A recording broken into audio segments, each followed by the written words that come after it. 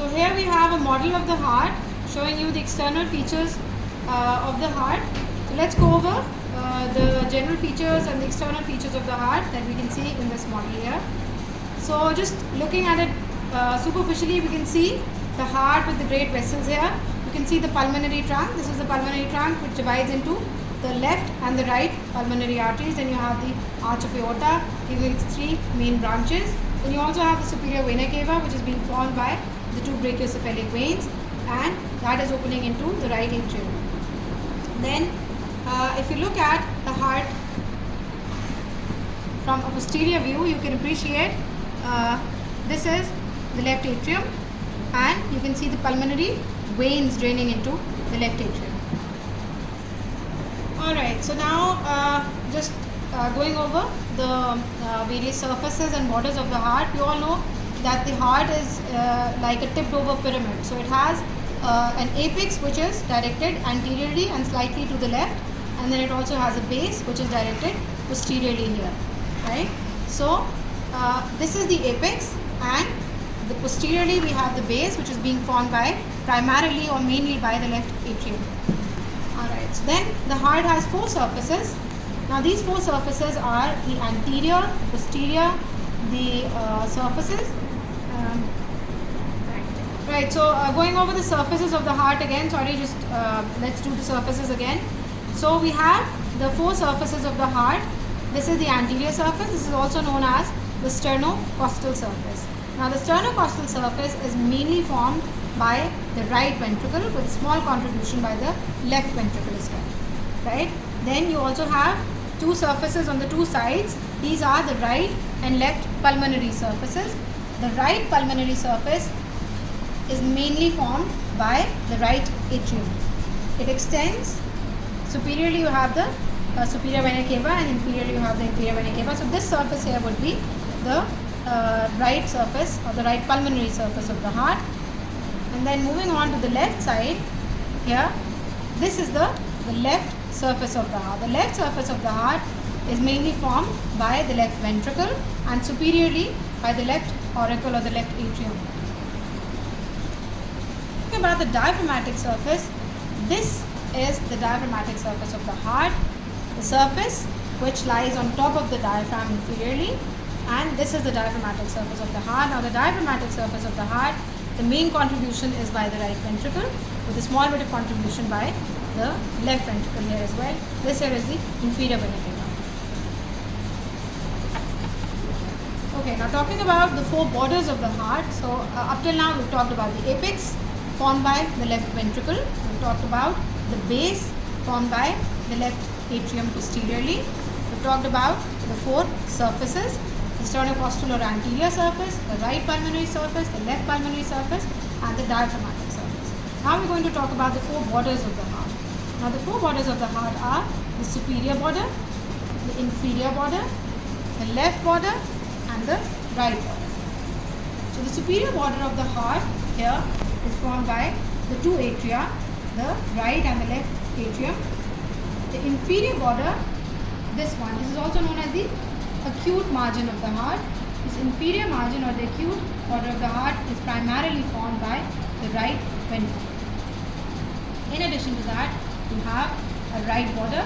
This one is the right border, mainly formed by the right atrium, and this extends from the superior vena cava to the inferior vena cava below.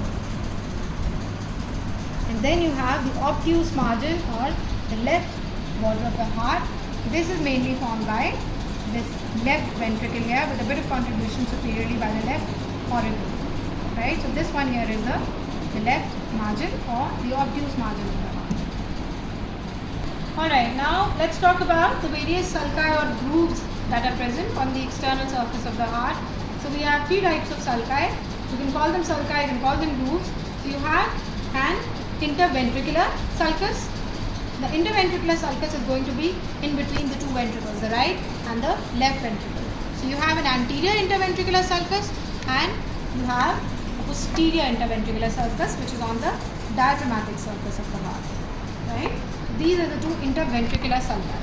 After that you have two interatrial sulci as well. Now the interatrial sulci are between the two atria, the right atrium and the left atrium. Now these cannot be appreciated fully on the heart because of the presence of these great vessels which are present here. So you cannot really see the interatrial sulcus here. But you are going to have an anterior, just like that, a posterior interatrial sulcus. Now the third sulcus is the atrioventricular sulcus. Now the atrioventricular sulcus is a sulcus which is present between the atria and the ventricles. Right? So this sulcus present between the atria and the ventricles is also known as the coronary sulcus, and it goes all the way around between the atria and the ventricles. Right? So this is the coronary sulcus. So you can follow it all the way to the back here. All of this is the coronary sulcus. Now all of these sulci that we just talked about have their own contents, and we're going to be talking about the contents of these sulci in detail as well. Alright, now let's talk briefly about some of the major or main internal features of the heart. So now I'm going to remove this upper part of the model. This exposes the two atria here, as well as this is the pulmonary trunk, right? And this is the ascending aorta. So this pulmonary trunk has a tricuspid valve. You can see the three cusps here, and this ascending aorta also has three sinuses here. Through these sinuses, we know that the two coronary arteries also rise. Right? In addition to that, we have the two atria, the right atrium and the left atrium. Now this is the right atrium. This right atrium then leads into the right ventricle here through this valve which is known as the tricuspid valve. Right? So this is the tricuspid valve connecting the right atrium to the right ventricle. In addition to that, you also have the fossa ovalis here in the right atrium. And then, alright, in addition to the fossa ovalis, we also have the opening of the inferior vena cava here. So this would be the inferior vena cava, bringing all the deoxygenated blood from the lower parts of the body. Alright, so this is the left atrium. Here, this is the left atrium. Now, as we know, the left atrium has the openings of the pulmonary veins here. So these pulmonary veins, these bring oxygenated blood from the lungs back into the left atrium, and this left atrium is then connected to the left ventricle here through the mitral valve. So this here is a mitral valve which has two cusps. It's a bicuspid valve, the mitral valve which connects the left atrium with the left ventricle. So now we're going to remove this here, and as you can see, this is going to expose the internal structure of the two ventricles of the heart. Here we can see this is the interventricular septum.